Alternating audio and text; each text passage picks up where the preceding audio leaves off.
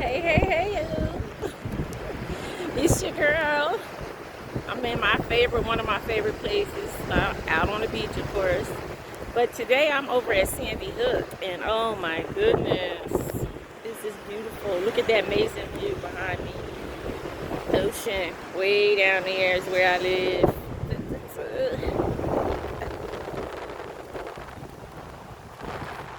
Really nice. Oh yeah, I wanted to show you New York City from here. See those buildings back there. The city. That's the city skyline, which sometimes is really hard to see because the fog. But I can kind of clearly see it today. Sky is beautiful. But y'all know I come out here to get my thoughts together, grab my thoughts. Yes, yes, yes. Yes. And I think I'm in the right spot, right position.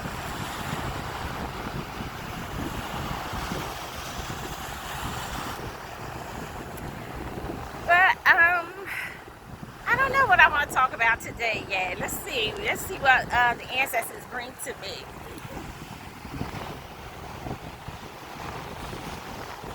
Okay, love and life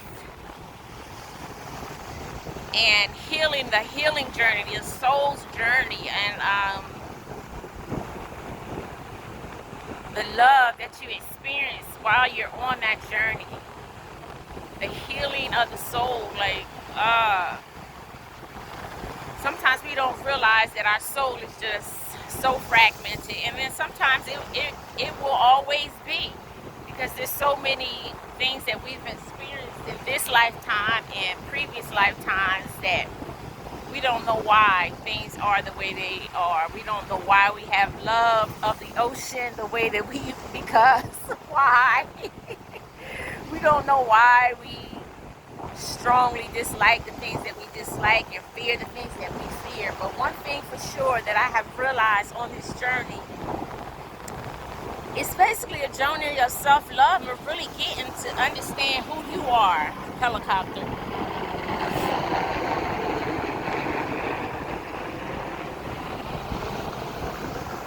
And in that journey, you just continue to evolve, to heal those fragmented pieces of you, to put yourself back together, to become the fullness of who it is you are called to be. And one thing especially that I wanted to talk about is the fact that I thought, for some reason, and maybe it has a lot to do with a past life of mine, and then a lot of what has been conditioned in us in this lifetime is, and I guess also because we are coming out of a man's world. I don't know that it's we can really say that it's a man's world, like, or opposed to it's a world of humanity, a man as humanity, or men. But I'm used to it kind of being like it's a male dominated society, and that's slowly dwindling away. And isn't it beautiful in our eyes? it's not just a male dominated society, that things are shifting in a way that we would have never known. And I think it's because we're really getting to the place of understanding that we are all souls, and souls are non-gender.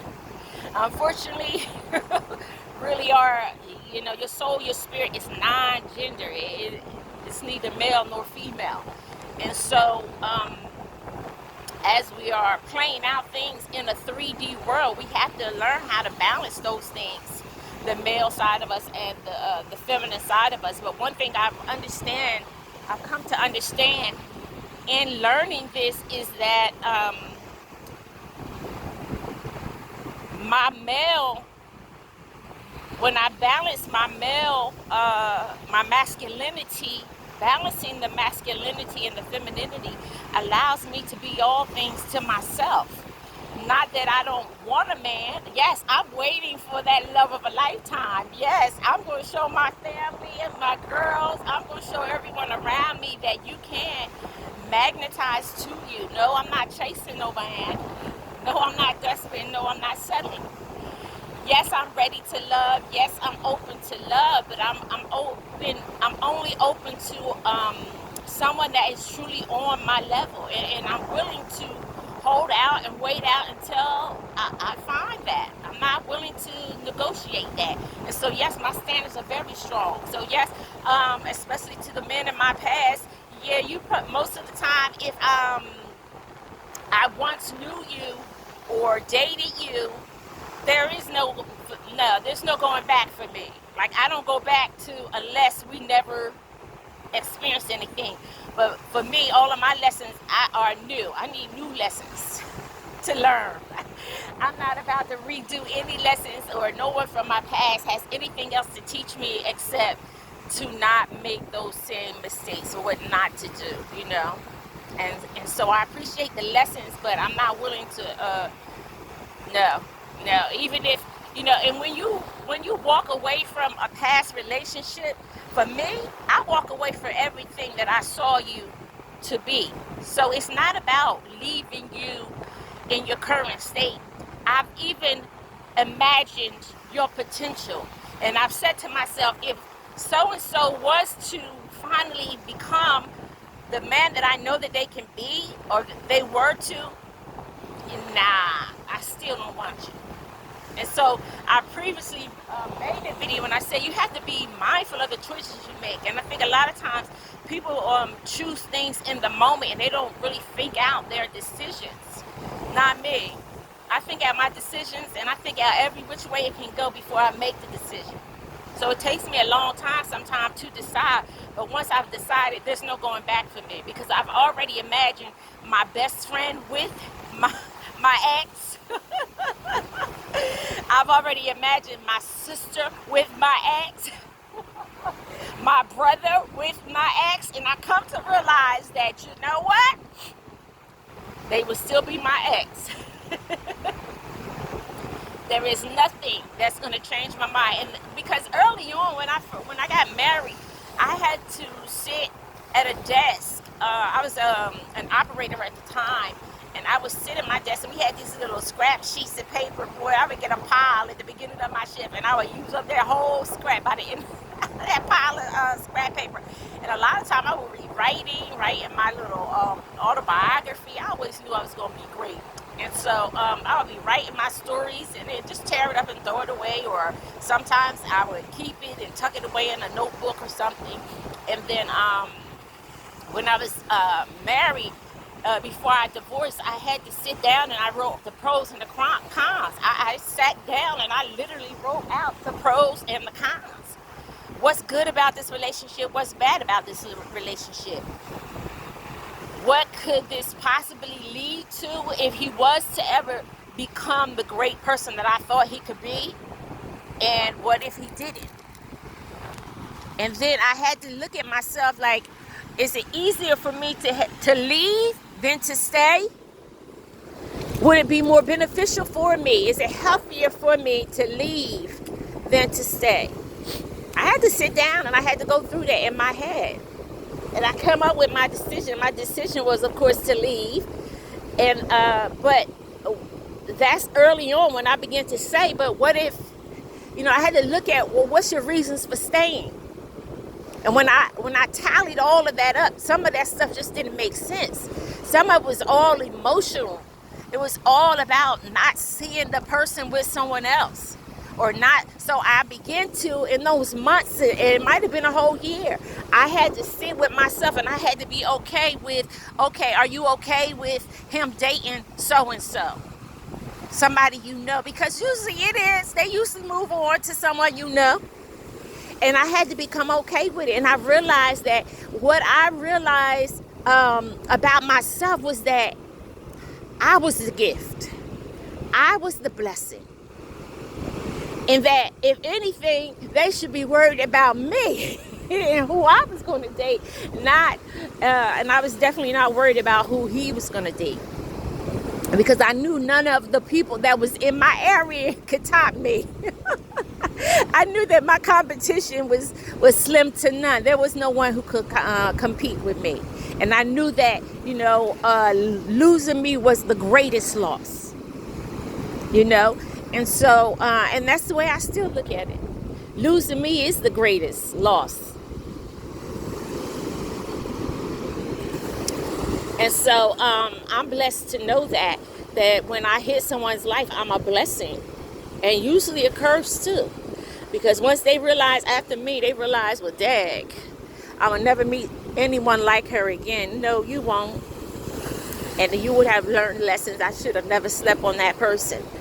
Or, wow, I should have never treated that person. Forgive yourself and move on. Stop stalking my pages. I'm serious about that. Stop creating pages, stalking me. It will never be. Forgive yourself and move on. And that's what a lot of people don't want to do. They don't want to face the facts that you made the mistakes. You lost a good thing. And carry on. Move on. And so, and it's amazing because a lot of times we don't realize that what we're saying to people, they will never get while we're with them. Their pride and their ego won't allow them to accept what we're trying to tell them. And so what has to happen is we have to leave them and release them so that they can evolve. They can learn and put to use the lessons and the things that they learn. And that goes with me as well. Whatever I learned in my previous relationships, you can trust and believe it's not happening again. And a lot of it has to do with just choosing people who really never met your standards. They really didn't. They weren't your equal. But in our waiting, we become a little desperate, a little thirsty to accept people or to get hooked up with people and consider ourselves just going to entertain this. This is just entertainment until something comes along. Then you wind up pregnant. Then wind up proposing and getting married and trying to do things the right way or the traditional way, only to find out that, look, you done put the cage yourself. You a cage bird and you don't want to put yourself in the cage. So some things you just have to come to understand and accept. Like, it's just not going to work. Let me move on. Let me better myself. Let me learn the lessons that this has taught me. And what I'm learning is self-love. Sometimes we be quiet. We don't speak up. We don't say what we don't like out of fear of what? It not working out. And that because we're so desperate to be with someone. But what Spirit has been showing me, he says, Z, I built you up. I built you up. You did this. You and I, we did this thing. I built you for the life that you're living. You're blessed to live this life. It's created for you. All of the world that's around you, you created. Your choices took you to the places that you're at. You created that life. You co-created that life with Spirit. Whether you like it or not, you co-created that with Spirit.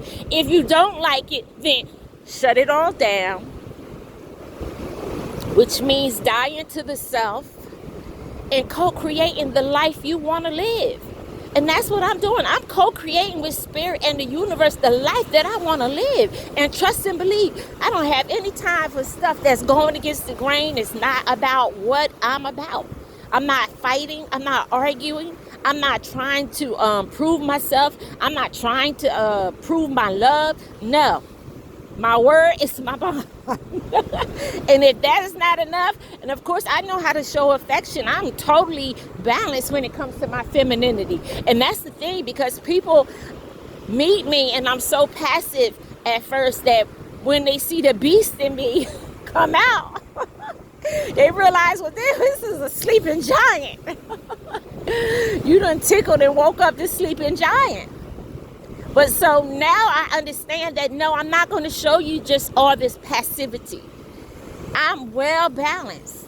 I'm strong when I need to be strong, and I am weak when I need to be weak. I am soft and gentle when I need to be soft and gentle. But if you bring me defensiveness, because I'm checking energy, I'm going to protect myself. If you bring me an offense and I need to be offended, I'm going to protect myself, or I'm going to be defensive, or I'm going to protect myself. And no, this is not just a conversation. I'm just saying, if all of your energy, I'm not going to take an offense to somebody trying to help me and correct me if it's coming in the right energy. If the energy behind your correction, your rebuke, or your chastening is wrong, then I can't receive it because it's in the wrong energy. It's not in a loving energy. It's not in a energy that says I'm looking to help build you up and to allow you to become a better person. See, a lot of times people that are jealous and envious of you are the main ones that want to correct you and chastise you and criticize you. But it comes from a jealous energy. The energy behind it is jealousy. And you cannot hide the energy from a seer. You